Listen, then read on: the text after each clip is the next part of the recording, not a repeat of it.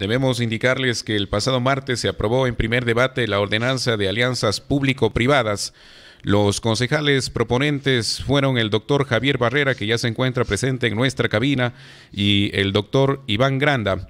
Vamos a conversar sobre este tema en los próximos minutos. Doctor, buenos días. Como siempre, es un gusto que nos acompañe en nuestra cabina para hablar de temas de interés ciudadano.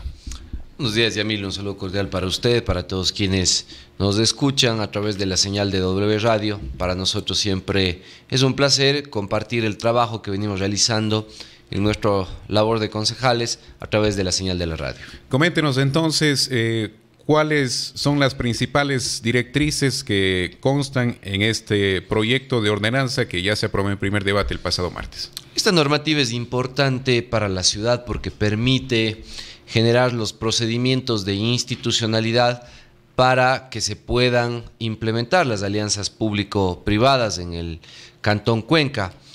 Existe una ley, existen dos reglamentos que regulan esta figura jurídica a nivel nacional, pero era necesario asentarlo a nivel local, para que precisamente a través de estas alianzas estratégicas con una inversión del sector privado y un proyecto declarado de interés general por el sector público, se pueda garantizar la mejora en la calidad de vida de los cuencanos y cuencanas a través de la ejecución de proyectos, obras, programas y provisión de bienes que sean parte de un plan de gobierno del GAD municipal. ¿Cuáles son las principales diferencias entre el reglamento nacional y lo que se piensa aplicar aquí en el cantón?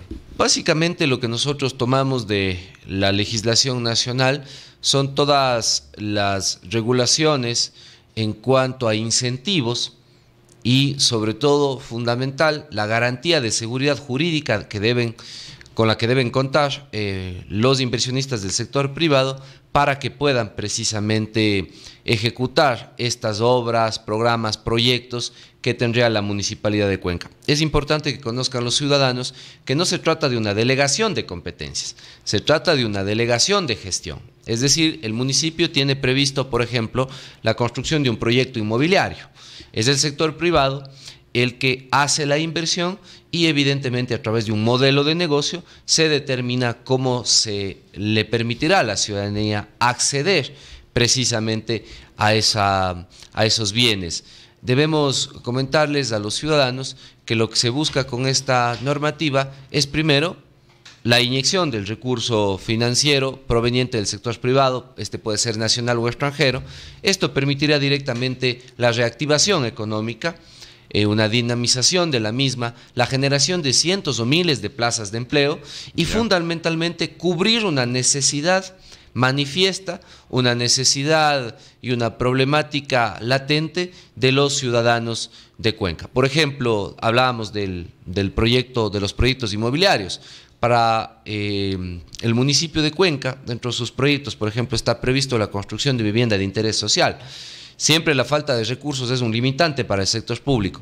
En una alianza público-privada se lograría cubrir el déficit de vivienda, por ejemplo, en el Cantón Cuenca, en bajar este índice en varios puntos y adicionalmente no se tendría que erogar un recurso municipal, público, sino más bien esto podría provenir del sector privado. Entiendo que al aprobarse esta ordenanza ya en segundo debate habrá condiciones.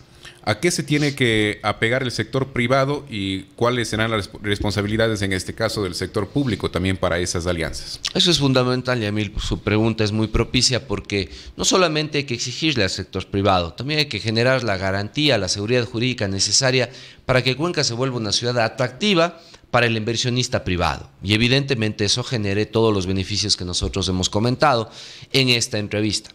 Es un proceso riguroso. Evidentemente busca la ley a nivel nacional agilitar esos procesos, da un plazo máximo de 6 meses, por ejemplo, para el análisis de la propuesta de la iniciativa privada.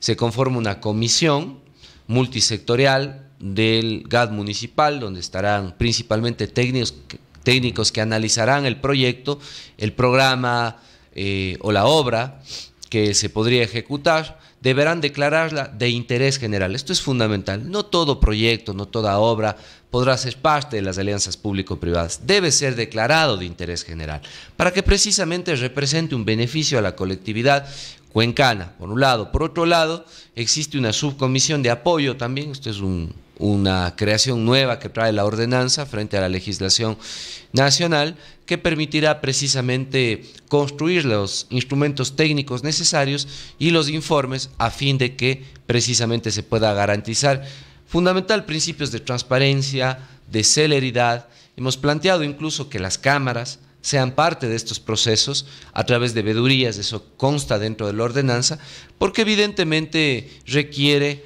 de que exista la mayor transparencia posible en el tratamiento de estos proyectos. ¿Cuáles son las obras consideradas de interés general, para tener una idea? Bueno, dentro de la ley se establecen que podrían ser obras de infraestructura vial, del sector inmobiliario, las que determinen los gobiernos autónomos descentralizados de conformidad a su plan de gobierno, a su plan de desarrollo, a su plan de ordenamiento territorial, siempre que estén enlazados con el Plan Nacional del Buen Vivir. Eso es fundamental. Esta ordenanza busca que los proyectos estratégicos planteados por los gobiernos autónomos descentralizados puedan ser realizados a través de las alianzas público-privadas. Para el sector privado, la ley establece ya cuáles son los beneficios: exenciones del impuesto a la renta, exenciones de impuestos de salida de divisas.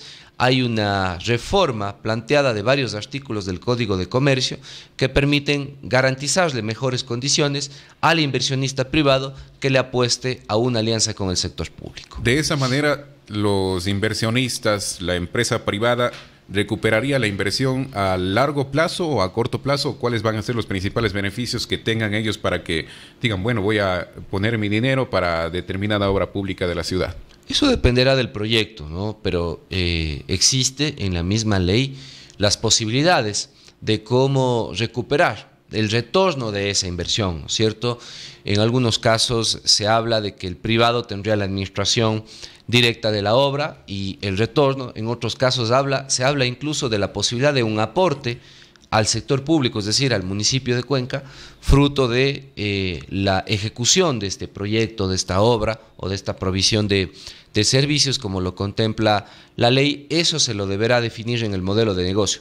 Y adicionalmente debemos decir que no solamente lo deciden a nivel local, hay una comisión, una subcomisión, y esto, una vez armado el proyecto, una vez que se cuenten con todos los estudios técnicos, se envía a una comisión nacional, incluso es conocido por el Ministerio de Finanzas, para que se aprueben todos los procesos precontractuales, y la única forma de adjudicar una alianza público-privada es a través de concurso público. Esto no se hace de manera reservada, ni con cláusulas de confidencialidad, ni mucho menos.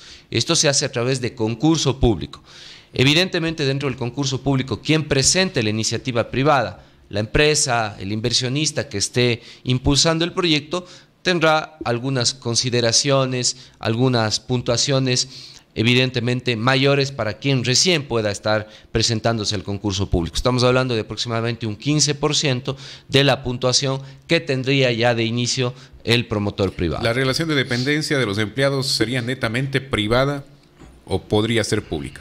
Podría ser una construcción mixta. Sin embargo, la ley y la ordenanza obligan a que el talento humano utilizado para la ejecución de estos proyectos sea nacional, sea local, en un porcentaje mayor. Por tanto, estamos hablando de no solamente dinamizar la economía, sino también dinamizar el empleo. Estuvo presente en el primer debate el presidente de la Cámara de la Construcción, quien acogió de muy buena manera este proyecto de normativa. Principalmente ellos hablaban de los proyectos inmobiliarios, por eso poníamos el ejemplo acá en la radio de la construcción de vivienda de interés social. Fíjese usted cuánto bien nos daría en la ciudad de Cuenca apostarle al sector inmobiliario. Genera empleo, dinamiza la economía y fundamentalmente cubre un déficit que en la ciudad de Cuenca tiene un alto porcentaje, como es el de vivienda. Durante los últimos 5 años se debían construir 5.000 viviendas, sin embargo no pasan de 300 o 400 casas en diferentes urbanizaciones y principalmente en el sector de Ochoa León. ¿Esto permitiría ya que se pueda concretar a corto o mediano plazo la construcción de las viviendas ya con la responsabilidad privada, si es que es el caso?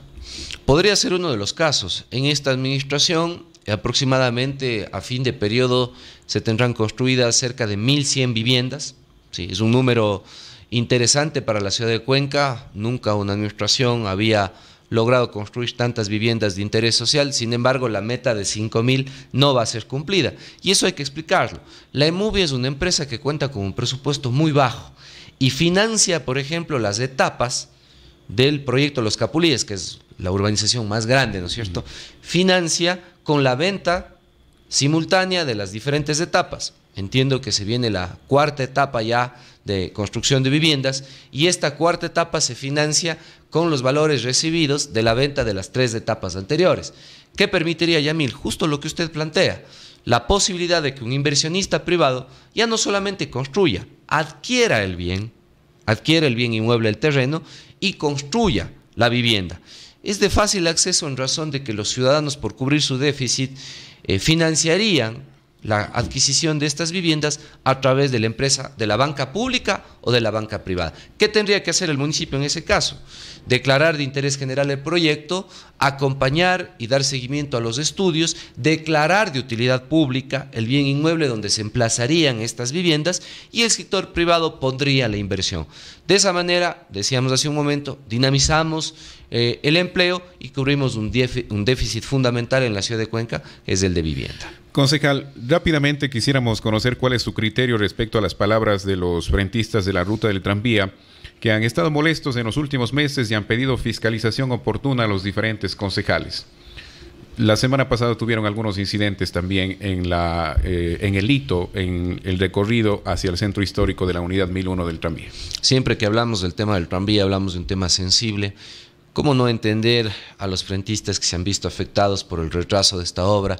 Fíjese usted, Yamil, son años que ellos han tenido que soportar muchas veces la falta de cumplimiento de los cronogramas, principalmente de los contratistas. Fruto de ello, precisamente se dio por terminado unilateralmente el contrato con una empresa que seguramente si seguía al frente de la obra no lo hubiésemos visto nunca concluir. Se han dado cierres de negocios, problemas, detrimento en la salud de muchos de los frentistas. Entendemos nosotros esa molestia. Yo creo que no se nos puede poner a todos los concejales en un mismo saco. Yo creo que los frentistas, los comerciantes del tranvía, la ciudadanía, tendrá la suficiente posibilidad de conocer lo que cada uno de los concejales hemos aportado para que concluya esa obra. La única forma, al menos en mi criterio, la única forma en que pueda haber una recuperación económica, una reactivación económica de esos sectores de manera definitiva es la puesta en marcha, la operación de ese proyecto.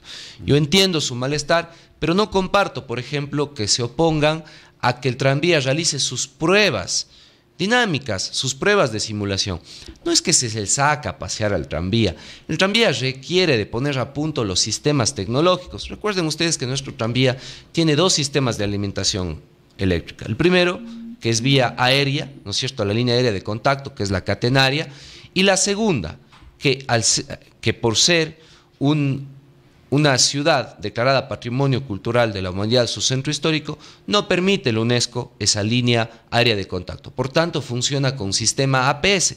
Esos sistemas tienen que ser probados, porque no solamente, Yamil, requerimos de que concluya la obra civil, requerimos que las 65.000 personas que transitarán, según los estudios aproximadamente, en el tranvía de Cuenca, ya estén en un proceso de operación para que se reactive la economía, incluso para que el turismo sea reactivado. Yo insisto, los ciudadanos sabrán a nosotros juzgarnos y responsabilizarnos de acuerdo a lo que hemos hecho. Yo quisiera en un minuto, rápidamente, Yamil, entiendo en honor al tiempo, recordar que hemos realizado. Fíjese usted, nosotros conseguimos junto a concejales como la concejal Brito, el concejal Oriana, el concejal Ávila, la donación del cuartel Cayambe, $24 millones para la ciudad. Gestionamos junto al concejal Marco Ávila y al exministro de Transportes y Obras Públicas la presencia de un OPS que sirve, porque hoy conocemos la realidad del proyecto y nos permite avanzar en aquello. Estamos reactivando varios procesos económicos dentro de la ruta tranviaria. Insisto, ya serán cada uno de los ciudadanos que juzguen el actuar de los concejales. Muy bien, gracias doctor por acompañarnos en esta mañana, 7:44. Hacemos una breve pausa y continuamos ya con nuestro espacio de denuncias de la comunidad. Ya volvemos. Inicia publicidad.